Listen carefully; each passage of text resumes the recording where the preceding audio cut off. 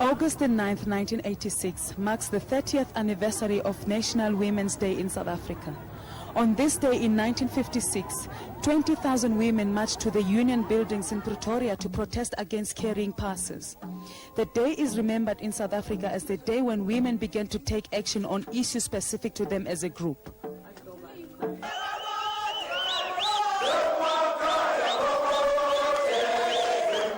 30 years later, women have been involved in a range of struggles that challenge the apartheid system on various levels.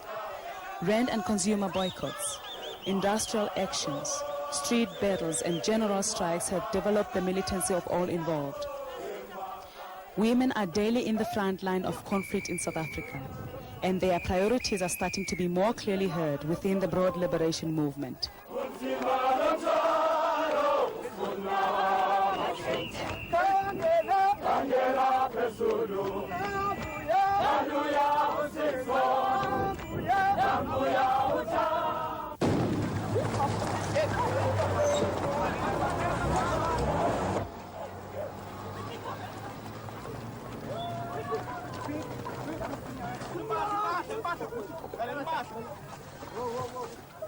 Conditions under which women have to live and work in South Africa are often the basis for their involvement in a struggle to radically improve the quality of their lives on all levels.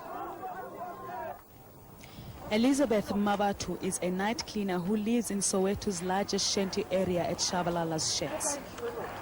While her working life is spent cleaning and servicing one of Johannesburg's flashiest shop and office blocks, she lives in an area without any essential services.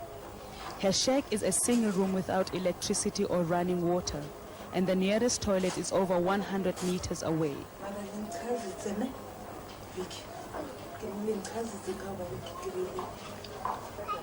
Elizabeth only spends 6 hours of each day at home, and a lot of that time is spent doing household chores, washing, cooking and tidying.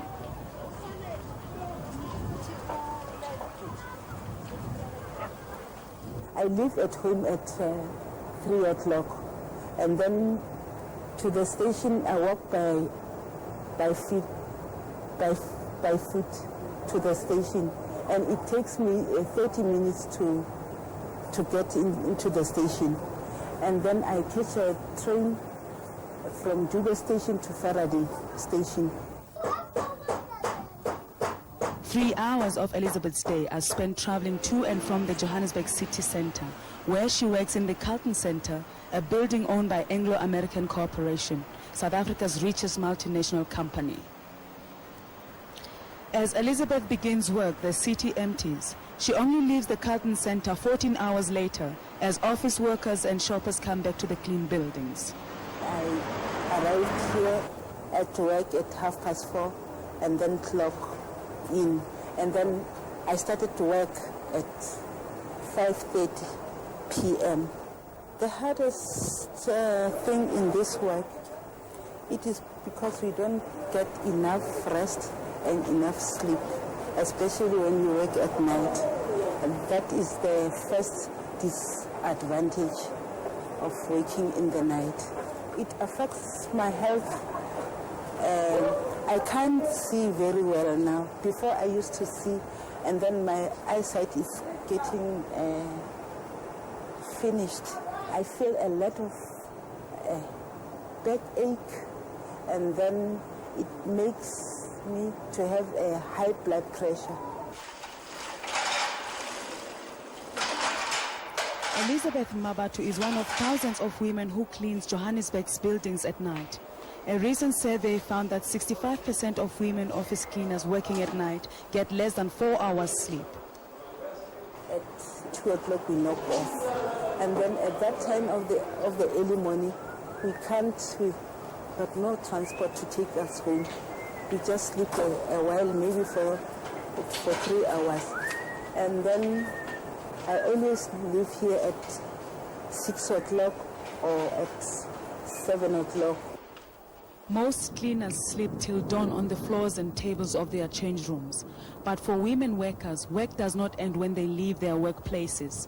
The second shift begins back at home with the chores of a mother and homemaker. Oh, in South Africa, It's going to be a revolution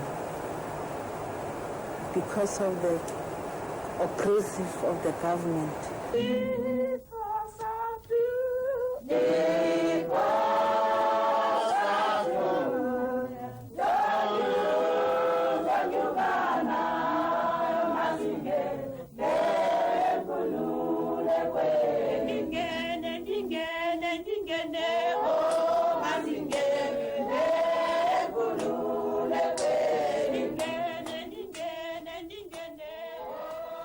The particular problems which face women workers in South Africa has resulted in a new emphasis on resolving some of these issues from within the trade union movement.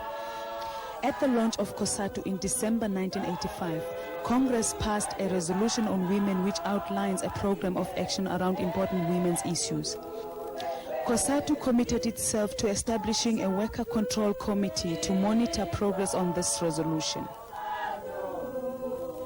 And I would say that as a comrade and as a woman also, I feel that women shouldn't just be an unseen force in that logo. I would support the previous comrade that said that one of the people should be a woman, because I believe that that is the way that we can encourage our women who are in the factories and all over as a physical sign that they should be involved in our in COSATU also. Thank you. Thank you, comrades. They did agree to include a woman in the emblem, but my main worry, because COSATU has adopted a resolution on women, but then we should wait and see whether they are following that resolution. It's useless for them to include an emblem, but they don't respect a woman, they don't, satisfy her.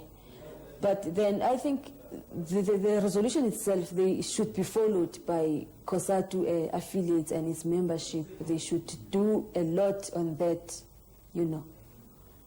They should start educating the membership at the factories on the resolution passed by COSATU itself.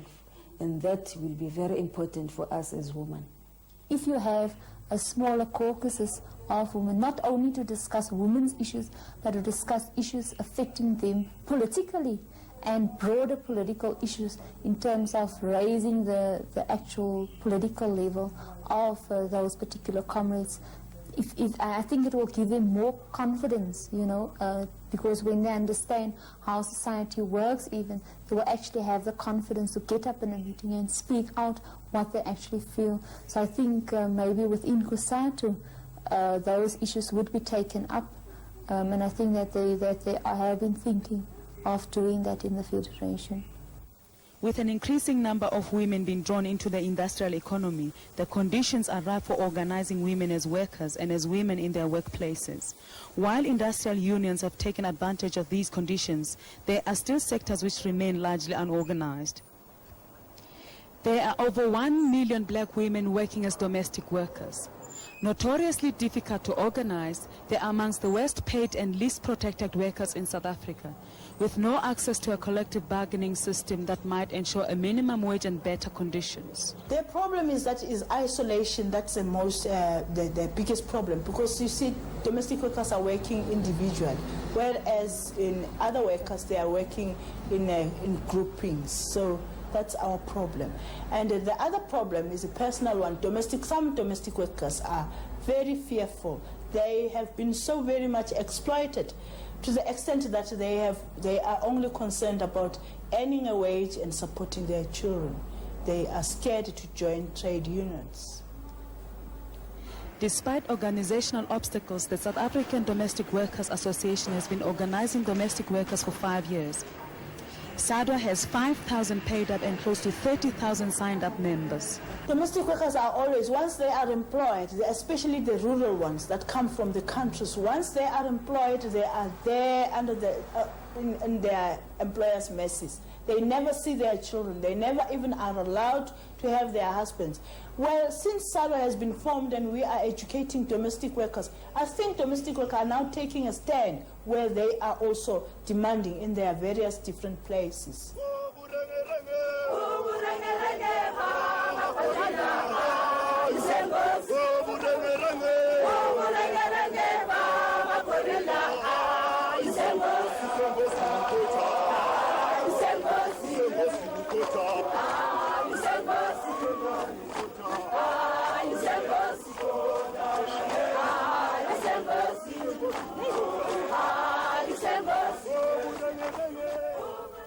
women now are beginning to organize themselves, especially in the commercial industry. You'll find that now they're pushing for high wages. Now employers don't have that chance to exploit women more. But what's happening now, because of this decentralization now, we'll find that now women from these homelands or Bantustans now, you know, they are employed in such factories where now they are more exploited. Find that a woman is working because now she must just work. The husband is not there. The husband is in the urban area working, comes once a month, once in 6 months. So she must just work for the kids, you know. So she'll accept whatever she's given by the employer. But here in the urban areas, I can say now, most of the employers are starting to recognize women, are starting to pay women equal salary as men.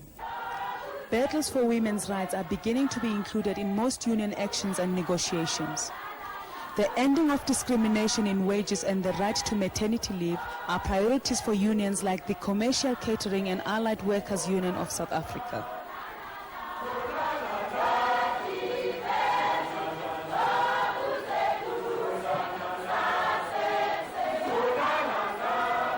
What is important is that that certain structure should be set up on a national basis, going to a regional level, and then an area level, where women's issues would be discussed, what problems of women are facing should be discussed, and that should be brought into the broader political struggle.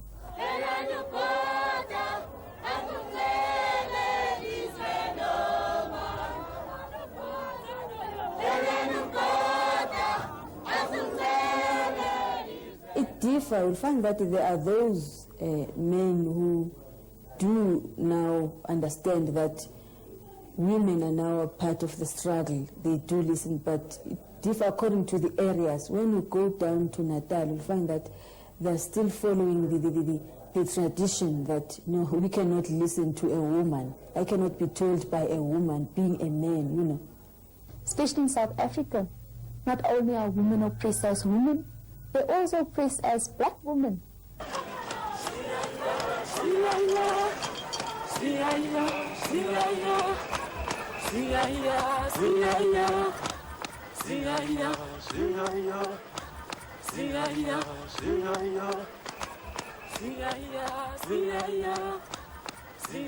Women would be able to get involved in trade union work and actively get involved in that.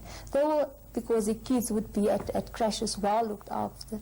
I mean, they can get involved in many other things, in developing society, not only economically, political, and socially. They'll be part of that broader struggle of developing the new society we will be having, of doing researches, providing, of looking into how we can have better education, assisting the kids in that. I mean, I think it will be, I mean, if I think of that and I know that it is possible to get there, I think it's so fantastic. And that is what we need to fight for. And I think that is quite possible. If we start now, we'll be able to achieve that in the next couple of years and link that to the broader struggle of fighting for socialism.